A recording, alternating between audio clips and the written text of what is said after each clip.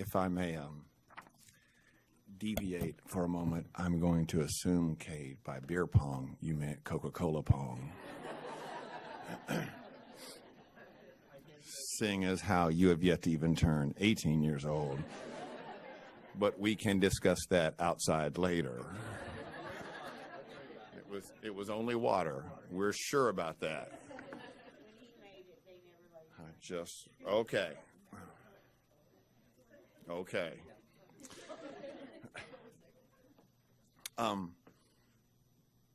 That birthday, that video you just saw was for Payton's 18th birthday. For her 21st birthday a few weeks ago, she spent the day with her mom. She got some great jewelry from her mom that she loved, and they had a great time together that day. My fiance Amanda surprised Payton with a bachelorette trip to Las Vegas. The two of them were going to go on before we get married. And then I took Payton and Amanda and all of her friends. We all went out to Fahrenheit to have dinner. And we had a great time, a wonderful, wonderful time. And then we all went back to our place in Uptown Charlotte, where the girls were kind enough to gift me with an excessive noise warning from management. So 2 more of those, and I have to move out. So thank you, ladies, for that. After I treated you to dinner, I get a nice note the next day saying it was way too much noise on your balcony last night. So I appreciate it. Just so you don't worry, during the intermission, we will be taking food and drink orders because you have given me a microphone and a chance to talk about my daughter. We may be here a while. If I gave you 1 second and said,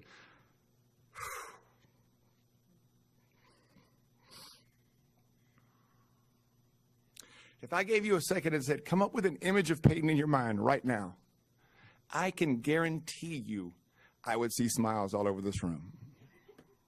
So come up with an image of Payton in your mind right now, because that's what she would have loved. Payton was her mother's daughter. Payton had a unique way of referring to everyone in the family. Everyone kind of got tagged with something. Shawnette was her girl, and she would tell you, Shawnette's my girl. And for all the people who have talked about her name and how neat it is and all that kind of stuff, I wish I could say I had something to do with that, but I had absolutely zero to do with it. Shawnette gets full credit for that. A tribute to my mom was part of it, and the other part was we wanted her to have we were hoping she would have a unique personality, and obviously we didn't know anything about her at the time. And Shawnette thought, why don't we put an A instead of an E, and it's kind of like how people pronounce it anyway, and it turned out to be something that Payton absolutely loved because nobody would get it. It's Elizabeth? She was like, no, it's Elizabeth with an A. And it gave her something a little bit different. I always thought it was neat the way they would just sit and talk. When Payton was little, she would follow Shawnette around outside and doing things, and then as she got older, you could see, as most people do, that relationship transform, and they had time to sit and talk. But then what was really neat was as the years changed, Payton got older and her friends were there and began to hang around. You would see them collectively sitting around and talking. I don't know what they were talking about. I would often wonder. I mean, I don't want to know what they were talking about, but I still wondered what they were talking about. It was neat to see through the years that bond grow because obviously they were mother-daughter, but they became friends and confidants and helped each other in a variety of ways. And when Payton was little, Shawnette always dressed her with a real sense of style, but she was always particular to let her pick like one thing here or there, kind of helping her along the way to learn to make decisions. And that was always something that I enjoyed, and was interesting to see how Payton manifested as she grew. That kind of became an unusual sense of style that she had when she decided to put shoes on. By the way, I'm appalled that she went into Walgreens barefoot. That might be the worst thing I've heard here today. Even worse than her use of the S word. Payton could have a temper. She could be hard-headed. And there's a rumor that her father could be a little hard-headed. So luckily, Payton had a mother who could navigate the choppy waters from time to time. For example, Payton was a softball player, and she was burdened with her father as one of her assistant coaches her entire life. And sometimes, because we didn't lose that many games, just want to throw it, 3 years state champ, 3 years champs, 3 years in a row. Only lost one game during those 3 years, but you know. So when we would lose a game, it wasn't exactly a smooth ride home, because I would try to, well, let's talk about it. She's like, I don't want to talk about it. And finally, Shawnette was the one that pointed out, you know, you don't have to talk to her right after the game. We could all just ride home in silence, because that's way better than what we've been doing. So she was there to bring some logic to the discussion. Payton once, when she was little, I don't remember what she did, but clearly she was not appreciating the things that she had. And Shawnette told her, okay, so here's what I'm going to do. I'm going to take these two things out of your room, and I'm going to sit them on the landing upstairs here. And when you begin to act right and appreciate what you have, we will put them back into your room. And I remember thinking, like, wow, that's way better than the yelling that I was going to do. That's really, like, that's sharp. That's good. And about, I don't know, 15 minutes later, and if you're a parent, you know you've had that moment where you look at the other person and with that look of like, I don't know what that noise is, but it's probably not good. And we go upstairs to find Payton has removed everything from her room. Bedspread, sheets, clothes out of the drawers, and it's all now piled up on the landing upstairs, and it's all up there. And I'm like, what are you doing? She goes, Mom's right, I don't deserve anything. So it took us about 2 hours to get everything back in the room. I mean, she'd taken stuff off the walls. It was ridiculous. But Payton loved her mother with all her heart. And Tuesday evening, she had stopped by the house, and they had a great conversation. And that's truly a blessing that they had that time. It's a wonderful blessing, because no stone was left unturned, as the way it should be. Now, as you've heard, Payton was also a great big sister. Cade was her guy. She would tell you, Cade's my guy. I got it. You know, he's pointed out her brother's best friend, that bond that just grew through the years. But they were brother and sister. And she called me one day about, I don't know, 3, 4 years ago, 5 years ago. And she said, Dad, you remember you always told me that one day Kay was going to get tired of me messing with him and he was going to fight back? And I said, yeah. She goes, it just happened and it was bad. And I said, what happened? She goes, I was poking him. And I was poking, punching at him. And I said, what you gonna do? You gonna fight back? You gonna fight back? Because she would, and that's the exact voice she would use. What you gonna do? You gonna do? You gonna do something about it? She was, and Dad, he grabbed my arms and picked me up and slammed me on the ground and put his hand across my chest. And he said, that is enough. And she was right. That was enough. That did not happen again. I always thought it was cool. She would allow Cade to participate in her life in ways. When her friends were around, Cade could hang around. And you know, when as a fifth grader, Cade went to the Raleigh Middle in the sixth grade to visit. You know, they take the fifth graders over to learn how the school works and everything. Cade came home, and all he could talk about was the fact that I knew everybody.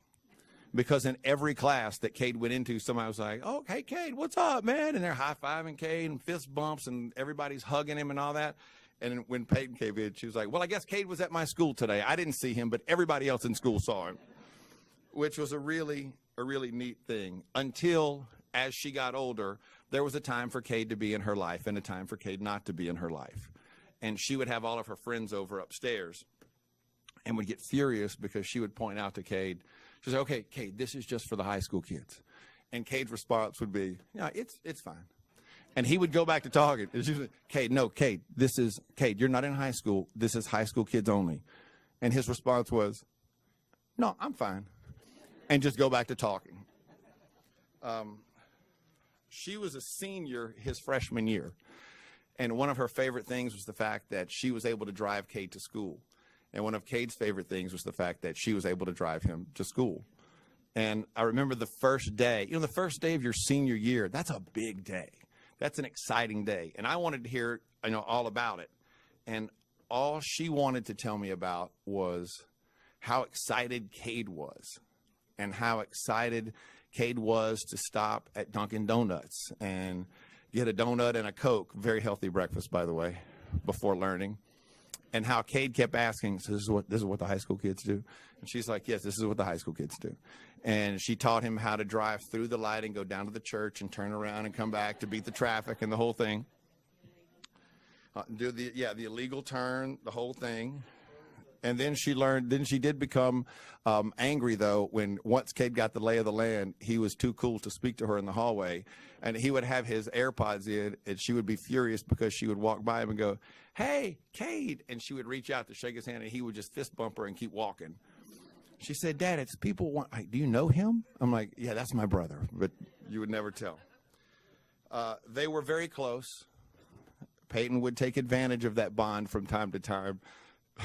I never could believe he would do this. She would get under the covers in her bed at night and get situated, and then she would need something, and so she wouldn't have to get up and ruin it. She would call Cade, who was in the next room, in his room, and he has been known to go down to make her a snack, to make her popcorn, to come into her room. Her bathroom was in her bedroom. She would call him to come into her room to start her bath water for her before she went to take a bath. And the worst of all, she called him once to come into the room to give her something out of her purse, which was just out of arm's reach off the edge of the bed. And I asked, I said, what are you doing? Tell her to get it herself. And he said, she does a lot for me, so I don't mind.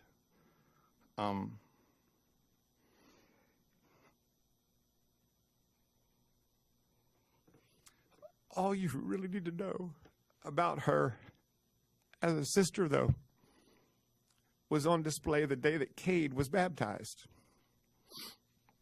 Because we were at the quarry, and I was seated next to Payton. And as they were going down to the water, they made the announcement that you are welcome to come join your, whoever you're with here, if you want to be in the water with them as they're baptized. And I didn't know that in advance. I wasn't dressed for it. I thought that's a really neat idea.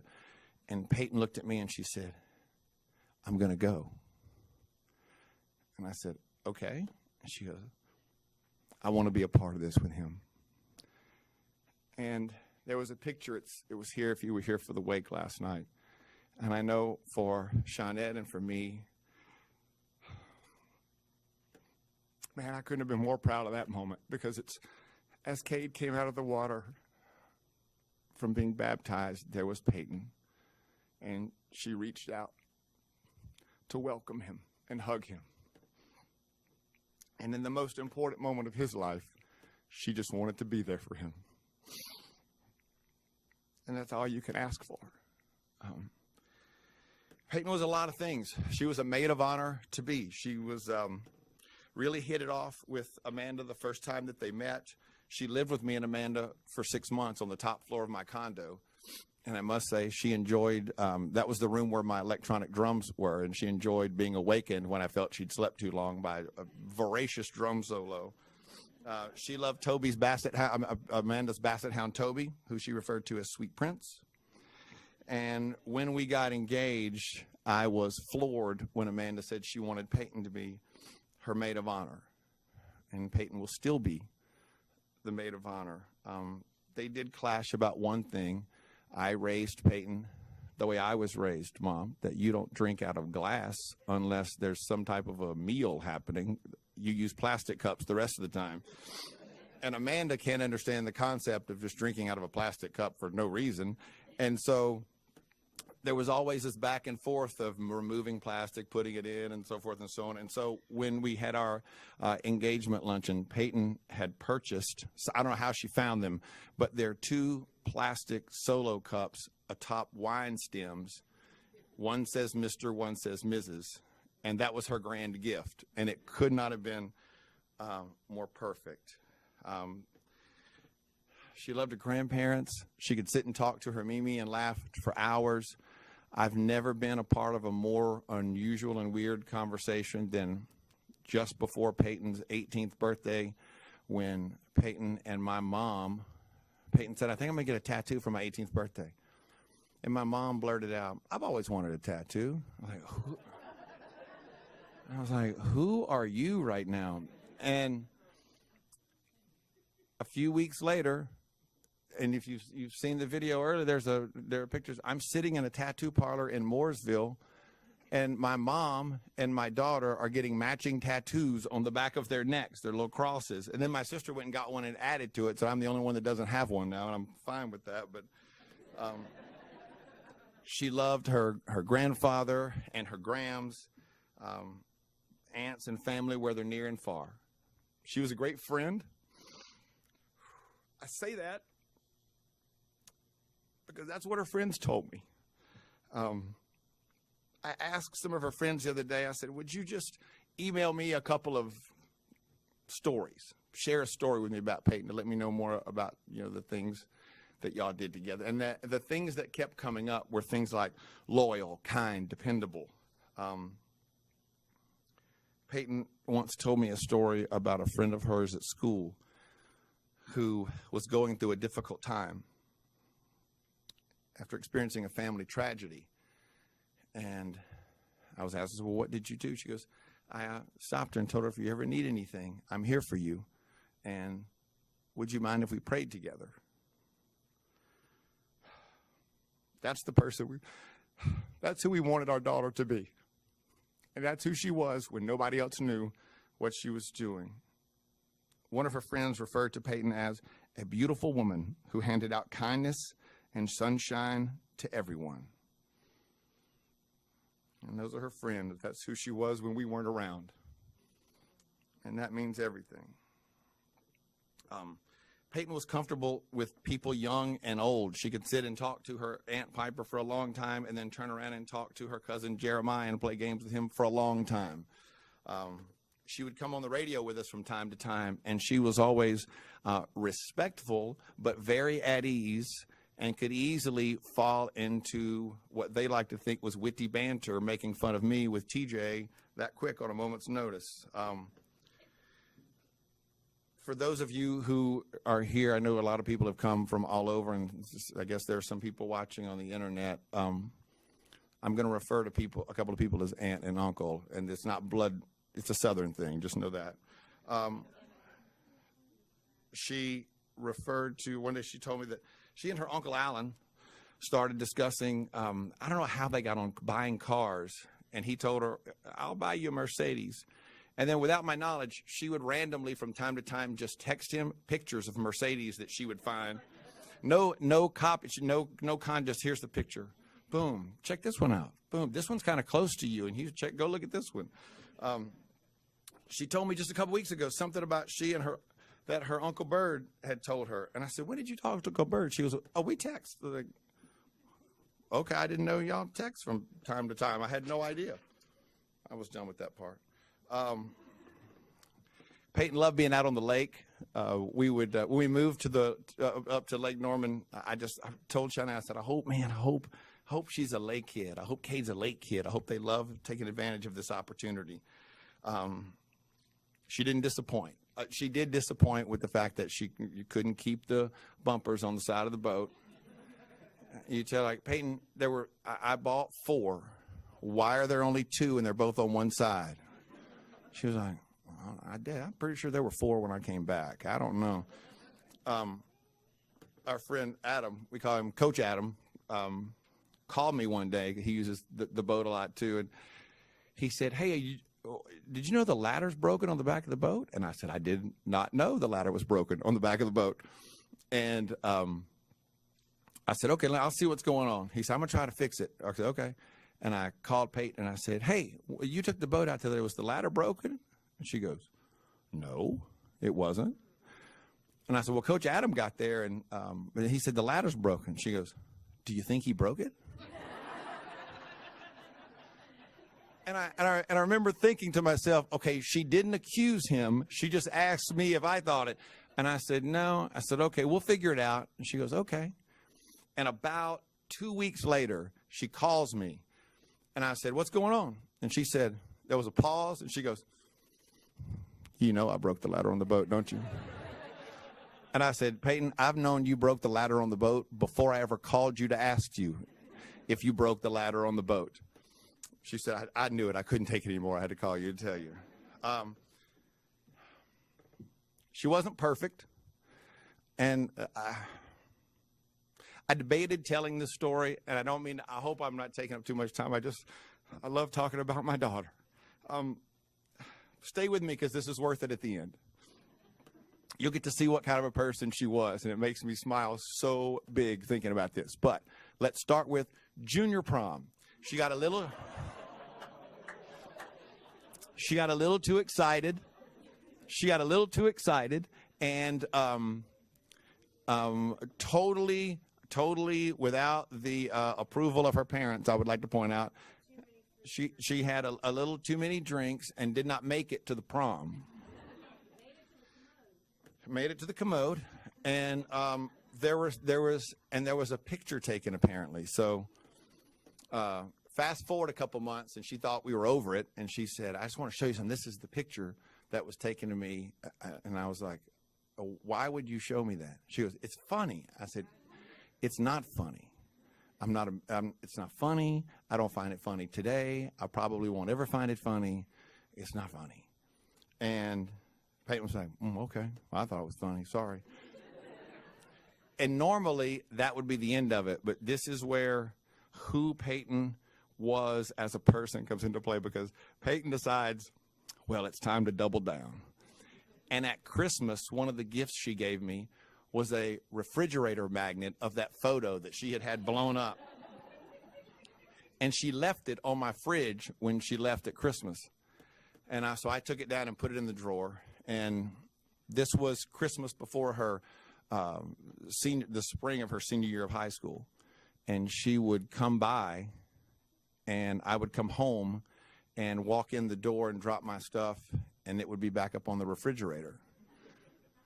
And she and Kate had stopped by in the morning, and they just walked just for the sole purpose of walking in, putting it on the refrigerator, then walking back out. And so I would take it down, put it in the drawer, and go about my business. And then she would start to put it up and then leave a note that would say something like, don't fight it. I would put it away. And the next day it would be up, and there would be a note that said, why do you do this to yourself? So a year later at Christmas, Amanda had the idea. She said, we have to recreate that. So I got dressed up and sat by the toilet, laid my head. We painstakingly recreated this photo of me looking like Payton was at her junior prom, and gave it to her as a refrigerator magnet.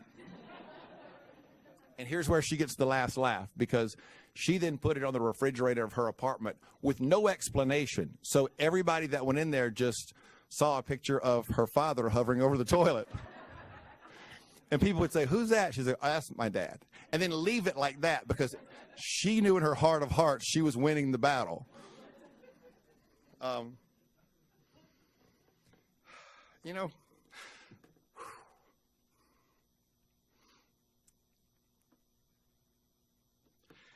Wednesday night, after all this had happened, I said out loud, just to no one in particular, what do I do now? What do I do now?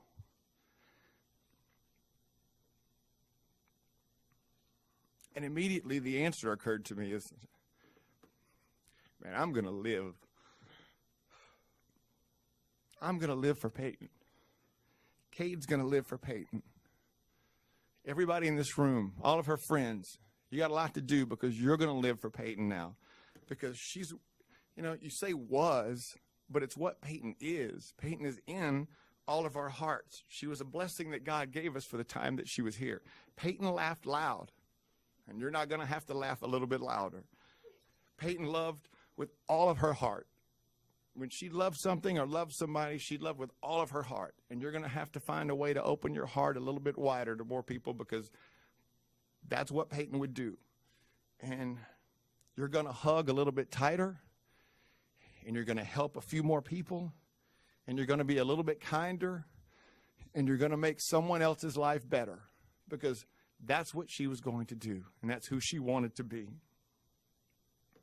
Life wasn't always fair, and life wasn't always kind to Payton.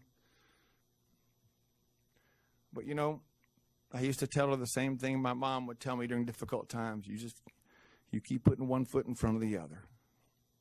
And sometimes when it got bad, I would say, you know, Payton, she would say, I know, it's one foot in front of the other. So we have a lot of work to do. We have a lot to do to honor her and to be the person that she was going to be. Because if we don't, and we just remember how fun Payton was, then all of this has been for nothing. And this all can be for nothing.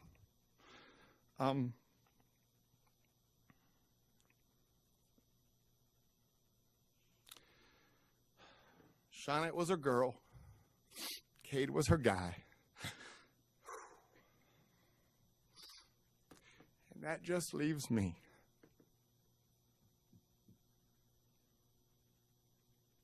I was her dude. She would tell everybody, David's my dude.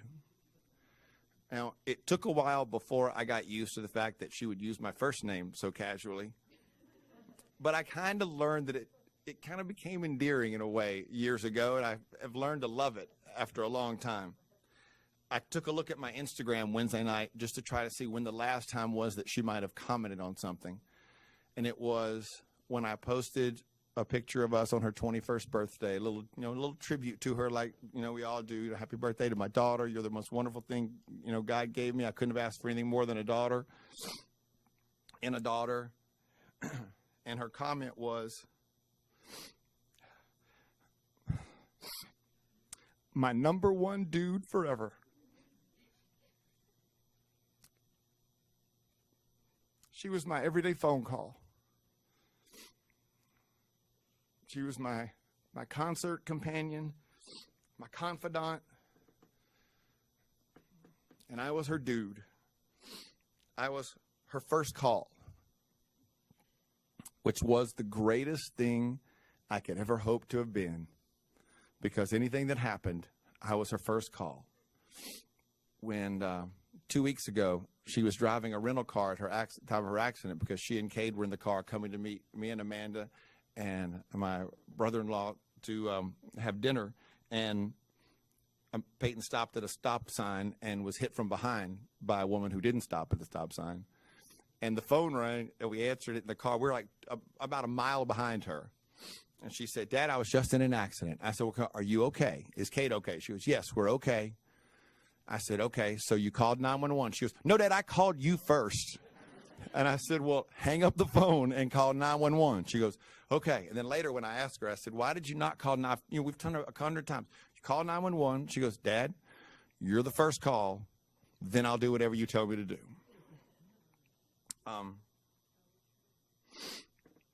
When she was little, we just started a kind of a thing where sometimes in lieu of saying I love you, I would just tell her, got you first. And she would say, got you last. And it's kind of something that's become a thing between me and her and Cade. And almost every night I'll just text them when I go to bed, got you first. And usually by the time I wake up in the morning, they've both texted me back, got you last. And she gave me a bracelet that says, got you first, Payton on it. Which she did mess up, but it's okay. I wasn't going to tell that part. So, and when she was little, in the afternoons, I would have some time with her because, Shawnette would go out, have to, run errands, go to the grocery store, just take some time for herself and everything. And we would always play music. And so many of you have heard this story. I would sing the unplugged version of Maggie May to her, and she would go to sleep. And it just kind of happened one day. It wasn't planned, because I would never have planned to have been singing a very inappropriate song to a child like that. But she didn't know what the words meant. She would go sound asleep.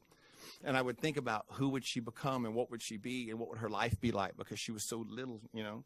And many years later, Eddie Z and I wrote a song called Maggie Made Dreams about that. And it kind of turned into a wedding song, because in the bridge of the song, it talks about having that moment where, you know, if you're a father, when your daughter gets married, you hand her off to start her own family. And she kind of becomes a new and different person in a way. And we ended up releasing the song and making a video. And the day that we were shooting the video, Payton was so happy and so excited, and she couldn't believe that her song was going to be made into a video that people were going to be able to see and share in. And then I could not help but laugh when we first saw the video, that she would get so upset because Cade would point out, you know, people say I'm the best part of the video. And she would say, Cade, but the songs, it's like, it's my song. He'd go, I know, but I mean the video. He's like, I kind of steal the show. She goes, but it doesn't matter because it's my song. He goes, I know, I'm just saying, in the video, people like my performance. But it was to be the daddy-daughter dance at her wedding. That special father-daughter moment. That's what we decided it would be. And when we shot the video, I wanted her in it, but not obvious. We were trying to think of different ways to do it, like maybe a photo of us, we would pan by it on a table or something like that, just so she shows up. And it just so happens that when we shot the video, we were filming on a deck, and as the shot pulls out, Payton had walked over to watch, and she was sitting at a table to our left on the right-hand side of the screen. And I caught her there out of the corner of my eye, strictly, some would say by accident. I happen to think it's where she was supposed to be. And I glanced over and saw her there, and Eddie noticed it, and the videographer kind of noticed it, and we're like, okay, don't say anything. And when we actually went back and finished the video, you'll see that as it pulls back, she's there, and she's clapping in the very end of the video, because that's where she was supposed to be.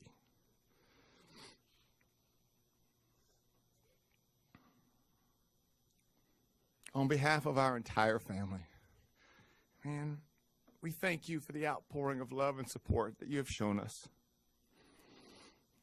It has picked us up and carried us through the worst days of our lives. I said the other day, I did not know that a heart could break this much. But you have been here, all of you, in some way. And you have been God's blessing for us. And we are so very thankful. These are one of those moments where people always talk about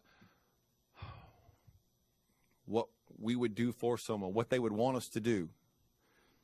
Well, Payton would want you to tell a funny story, remember the good times, help a friend, and smile, because that's what she did.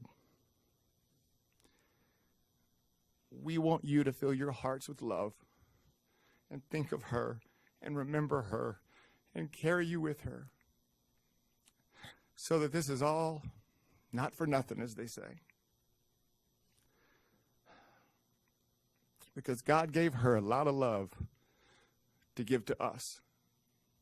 And now we have to take God's love that he gave to her, that she gave to us, and give it to others for her.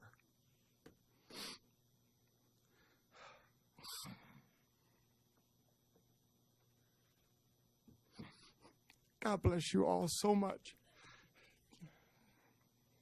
And Payton, I got you first.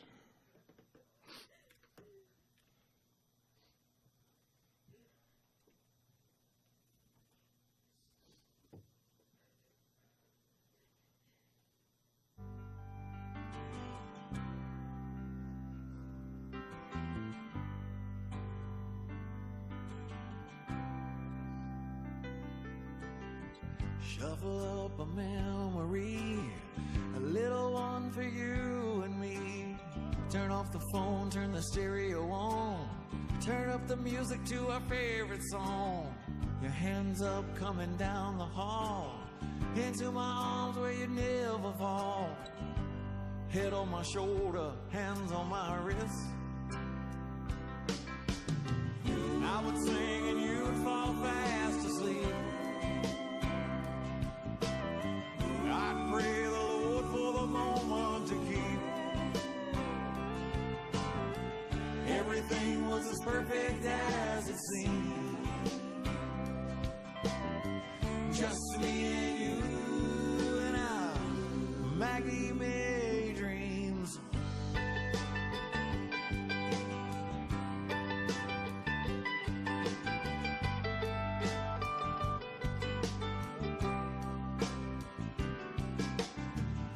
You shuffle up one for me. I turn away and try to see, how'd we get here to this place? So many lines upon my face from the laughter that you bring. But just one time again, I wish I had your head on my shoulder, hands on my wrist. I would sing and you'd fall fast asleep. I'd pray the Lord for the moment to keep. Everything was as perfect as it seemed. Just me and you and I, Maggie May dreams. I would dream of you and everything that you could be. Even though the song was wrong, it's my best memory. And one day the night will come and love will take a chance. I'll give your hand to another man, but not before one last day.